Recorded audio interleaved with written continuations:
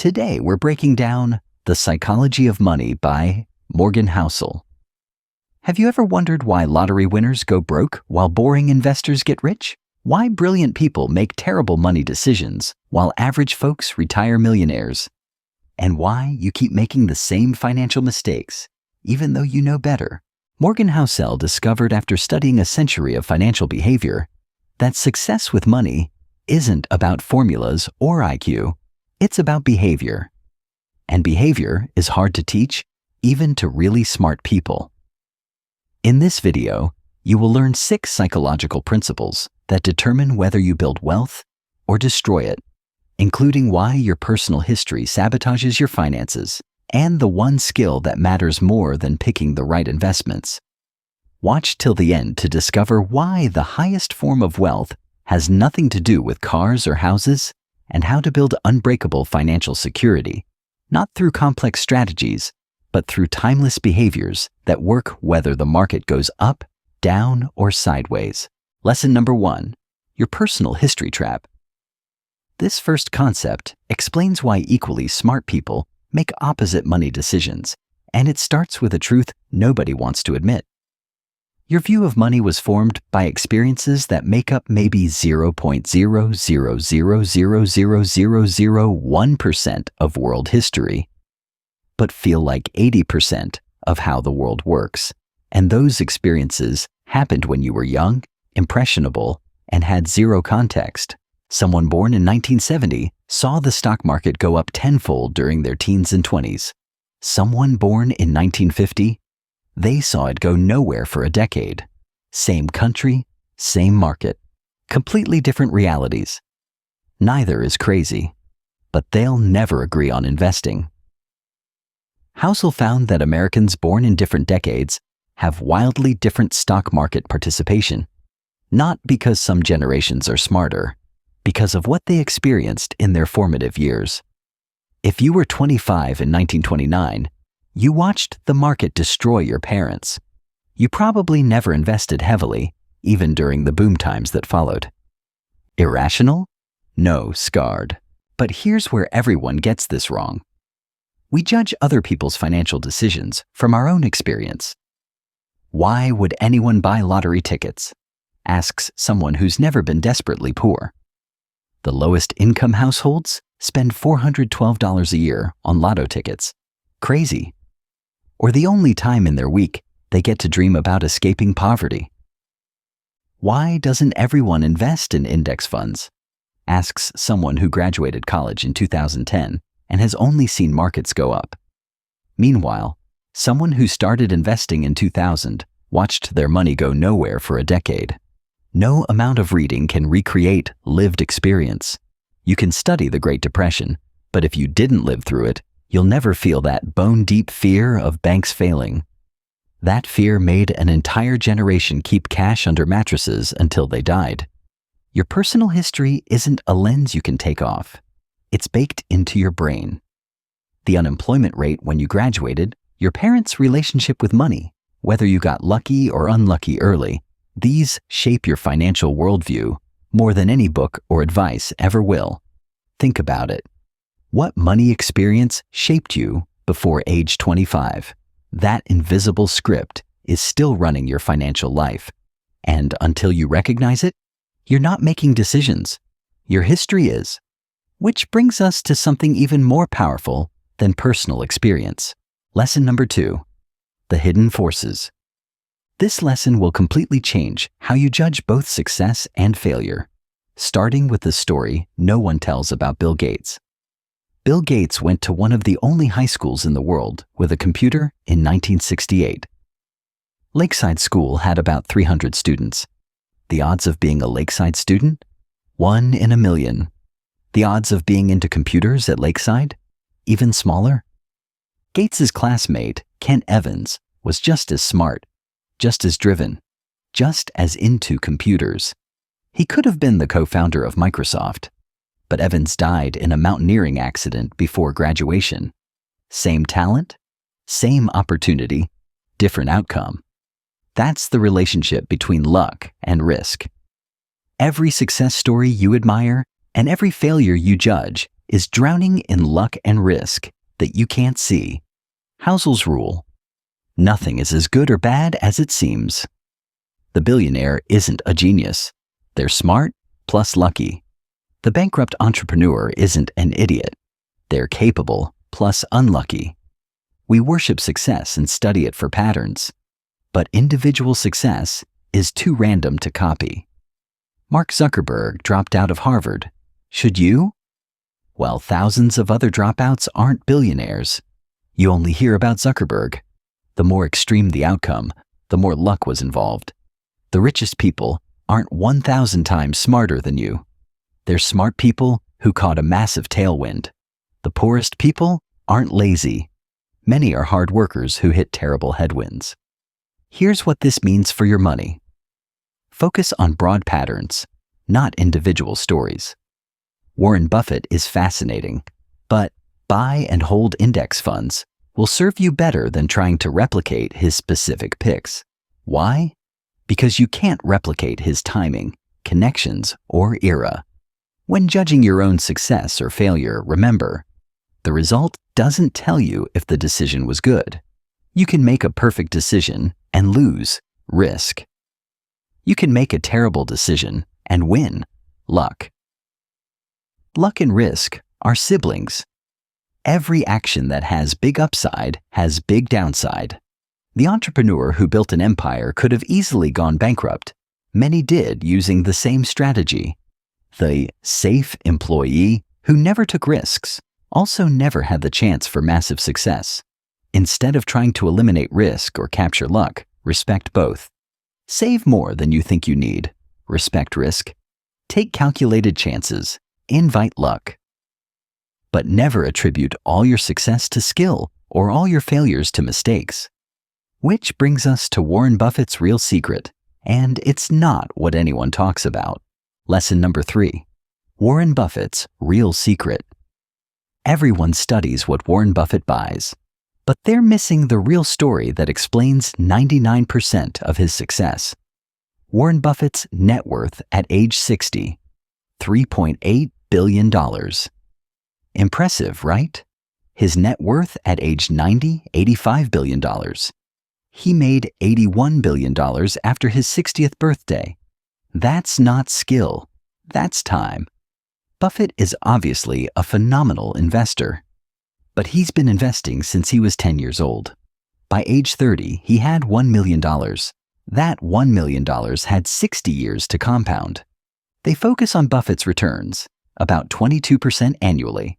But Jim Simons at Renaissance got 66% annual returns, 3 times better. So why is Buffett worth more? Because Simons started at age 50. Buffett started at age 10. Those extra 40 years of compounding are everything. The math is shocking. If Buffett had started at 30 and retired at 60 like a normal person, 99% of his net worth would have never existed. He'd be worth about $12 million? Rich? Yes. World's richest? Not even close. Here's the counterintuitive insight. Good investing isn't about earning the highest returns. It's about earning pretty good returns for the longest period of time. That's when compounding performs miracles. Consider this. $1 invested at 8% for 30 years becomes $10.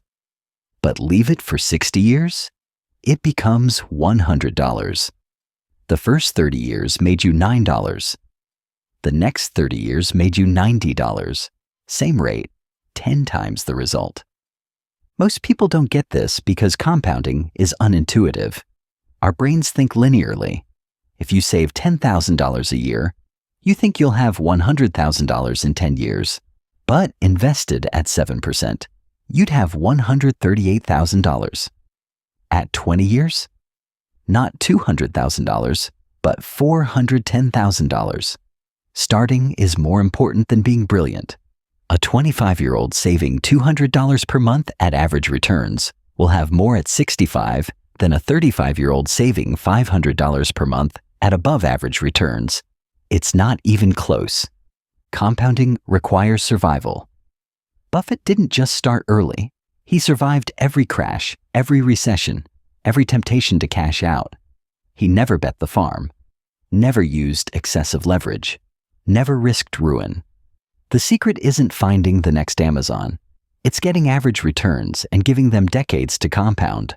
Time is the most powerful force in investing, but only if you survive long enough to use it. Which brings us to why getting rich and staying rich require opposite skills. Lesson number 4. Getting wealthy versus staying wealthy. This distinction explains why so many successful people lose everything, and it starts with understanding two opposite mindsets. Getting money requires taking risks, being optimistic, and putting yourself out there.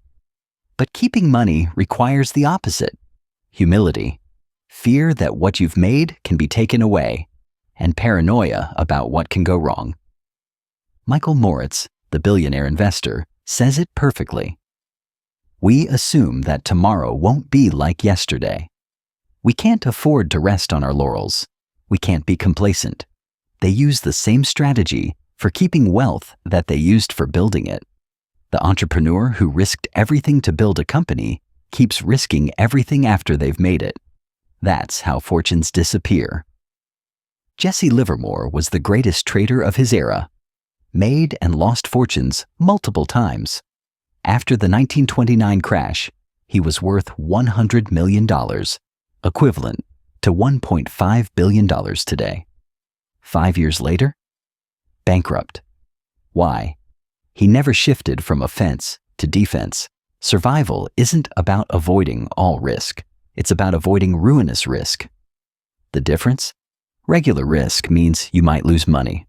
Ruinous risk means you're out of the game permanently.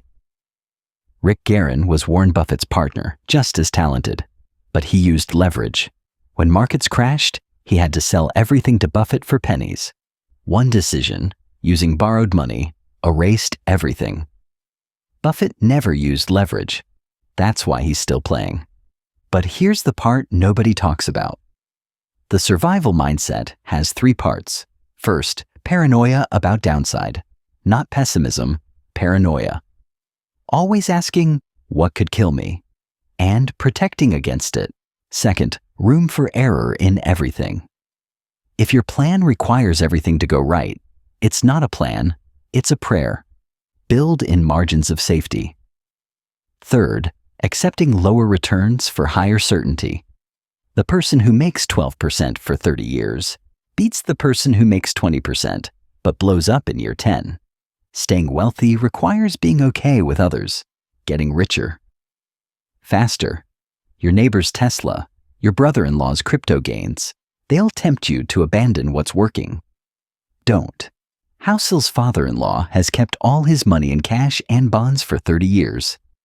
Terrible strategy? By spreadsheet logic, yes. But he watched his father go bankrupt. For him, sleeping at night matters more than optimal returns. And you know what? He's still wealthy. The ability to stick around for a long time without wiping out or being forced to give up makes the biggest difference. This should be the cornerstone of your strategy. Which brings us to why the real purpose of wealth isn't what you think. Lesson number 5, the hidden nature of wealth. This truth about wealth will completely change what you're optimizing for because real wealth is invisible. Someone drives a Ferrari. You think they're rich, but all you know is they had $300,000 to spend on a car, or the ability to borrow it. Maybe they're wealthy. Maybe they spent their wealth on the car and aren't wealthy anymore. Wealth is the nice cars not purchased, the diamonds not bought, the first-class upgrades declined. It's assets in the bank that haven't yet been converted into stuff. We judge wealth by what we see, but wealth is what we don't see. It's the money not spent, the options retained, the freedom maintained. The guy in the Toyota with $500,000 invested? Wealthier than the guy in the BMW with $50,000 invested. But society respects the BMW driver more. We're wired to respect displays of wealth, not actual wealth. When people say they want to be millionaires, what they really mean is, I want to spend $1 million. But that's literally the opposite of being a millionaire. A millionaire is someone who has $1 million, not someone who spent it. The only way to be wealthy is to not spend money you have. That's it. It's not about making more. Plenty of high earners are broke. It's about the gap between what you make and what you spend. But here's the real insight. Wealth's greatest benefit isn't buying stuff. It's buying options. Options to retire. Options to switch careers. Options to say no. Options to wait for opportunities. Options to take risks. When you have wealth, the money works for you. When you're broke, you work for money. One gives you control over time. The other makes time control you. Showing off wealth actually makes you less wealthy. Every dollar you spend on signaling is a dollar that can't compound. It's choosing to look rich over being rich. The hidden nature of wealth means the people you should study aren't the ones with fancy cars. They're the ones who've had the same car for 10 years. Not because they can't afford better, because they understand that wealth is what you don't see. The highest form of wealth is waking up every morning and doing whatever you want. No boss, no schedule, no obligations, complete autonomy. But that requires invisible assets, not visible liabilities. Which brings us to the final lesson, the one skill that matters more than any investment strategy. Lesson number 6, the ultimate hedge. This final principle determines whether you'll survive whatever the future throws at you, and it contradicts everything you've been taught about saving. Traditional advice says, save for specific goals. House down payment, kids' college, retirement at 65. But that's planning for a life that won't exist. Life doesn't care about your spreadsheet. Your job will disappear. Your industry will change. Medical bills will surprise you. Opportunities will appear. None of this is in your plan. They think saving without a specific goal is wasteful. Why have money sitting there doing nothing? Because nothing is optionality.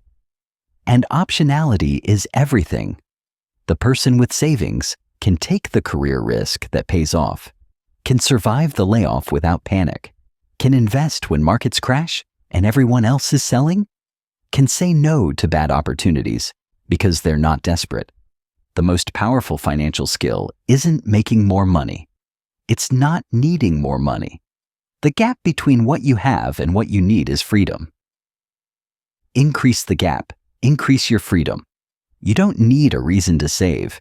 You need savings because you can't predict the reasons you'll need them. The economy will surprise you. Your life will surprise you. Having savings means those surprises can't destroy you. But here's the counterintuitive part. Stop caring what your savings rate should be for your age. Stop calculating exactly how much you need for retirement. These precise plans assume a predictable future that doesn't exist. Instead, save as much as you reasonably can. Not because you're planning for something specific, but because you're planning for the reality that you can't plan. Intelligence is knowing the future is unpredictable. Wisdom is preparing for that unpredictability. And the best preparation isn't a perfect plan. It's room for error when plans fail. Let me simplify this into something you can use immediately. These 6 lessons work together. Your personal history shapes your decisions. Luck and risk determine outcomes more than skill. Compounding requires time, not genius. Survival matters more than optimization. True wealth is invisible, and saving without a reason gives you options when life inevitably surprises you. Here's your action today. Calculate your freedom number. Not what you need to retire, but what you need to have 6 months of complete autonomy. That's your first target. Not a house, not a car, but freedom. Then increase your savings rate by just 1% this month, not 10%. That's unsustainable. Just 1%. Then another 1% in 3 months. Invisible progress that compounds into visible freedom. Because here's what Housel taught me that changed everything. The highest return investment isn't in the market.